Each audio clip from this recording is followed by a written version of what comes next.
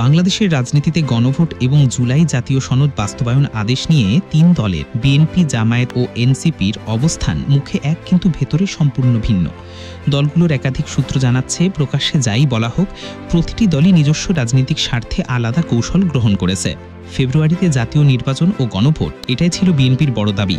আদেশে সেই দাবি পূরণ হওয়ায় বিএনপি প্রকাশ্যে ধন্যবাদ জানিয়েছে প্রধান উপদেষ্টাকে।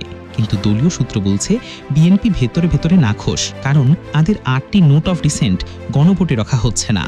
সংবিধান সংস্কার পরিষদ গঠনের বিরোধিতাও তারা করতে পারছে না। নির্বাচন আটকে যেতে পারে এই আশঙ্কায় বিএনপি আদেশ মানতে বাধ্য হয়েছে। স্থায়ী কমিটির একটি সূত্র বলছে, আদেশ প্রত্যাখ্যান করলে বিএনপিকে সংস্কারে বিরোধী হিসেবে প্রচার করা হতো এবং নির্বাচনের মাঠে জামায়াত বড় সুবিধা নিয়ে যেত। ফলে কৌশলগতভাবে বিএনপির সামনে সেটি গ্রহণ করা ছাড়া বিকল্প ছিল না।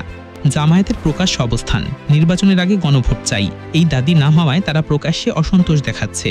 কিন্তু সূত্র বলছে, জামায়াতের মূল লক্ষ্য পূরণ হয়েছে, গণভোটে যাচ্ছে উচ্চকক্ষে পিআর পদ্ধতি। তত্ত্বাবধায়ক সরকার কাঠামোর পরিবর্তন, সাংবিধানিক সংস্থায় কমিটির মাধ্যমে নিয়োগ, প্রধানমন্ত্রীর একচ্ছত্র ক্ষমতা সীমিত করার প্রস্তাব, এসব প্রস্তাব জামায়াত দীর্ঘদিন ধরে সমর্থন করে আসছে। তাদের মতে, না ভোটের প্রচার চালালে বিএনপিকে সংস্কার বিরোধী হিসেবে তুলে ধরে নির্বাচনের সুবিধা নেওয়া যাবে। অর্থাৎ জামায়াত বাইরে খুব দেখালেও ভেতরে তারা উচ্ছ্বসিত। এনসিপির দাবি ছিল, রাষ্ট্রপতির মাধ্যমে নয়, অন্তর্বর্তী সরকার গণঅভ্যুত্থান ক্ষমতা ব্যবহার করে আদেশ জারি করতে হবে। এই দাবি পূরণ হয়নি, ফলে প্রকাশ্যে তারা অসন্তোষ জানিয়েছে। কিন্তু সূত্র বলছে, সংবিধান সংস্কার পরিষদ গঠন, পিআর পদ্ধতি, তত্ত্বাবধায়ক কাঠামো ও সাংবিধানিক নিয়োগের সংস্কার, এসব তাদের দীর্ঘদিনের লক্ষ্য। তাই এনসিপিও ভেতরে ভেতরে সন্তুষ্ট। স্থায়ী কমিটির এক সদস্যের মূল্যায়ন, আদেশ প্রত্যাখ্যান করলে বিএনপির সংস্কার বিরোধী ইমেজে পড়ত। জামায়াত ইস্যুটি ব্যবহার করে নির্বাচনের মাঠ দখল করতে পারত। খোড়া চুক্তিতে নির্বাচন বানচাল হওয়ার আশঙ্কা ছিল। গণতন্ত্র ব্যাহত হয়ে অপশক্তি মাথাচাড়া দিতে পারত।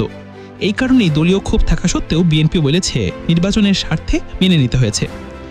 গণভোটে হ্যাঁ জয়ী হলে বিএনপি নোট অফ ডিসেন্টে থাকা 8টি প্রস্তাবও বাধ্যতামূলকভাবে বাস্তবায়ন করতে হবে। অর্থাৎ বিএনপি ক্ষমতায় পেলেও সনদে উন্মুক্ত সংস্কারে উপেক্ষা করা সম্ভব নয়। বিশ্লেষকদের মতে, এই কারণেই দলগুলো মুখে যা বলছে, ভেতরে ভেতরে তারা সম্পূর্ণ ভিন্ন হিসাব নিকাশে ব্যস্ত। গণভোট, সনদ, নির্বাচন, এই তিন বিষয়কে কেন্দ্র করে বাংলাদেশের রাজনীতির একটি সূক্ষ্ম এক জটিল পর্যায়ে দাঁড়িয়ে আছে, যেখানে দলগুলো কিছু বলছে প্রকাশ্যে আর ভেতরে কাজ করছে অন্য কৌশলে।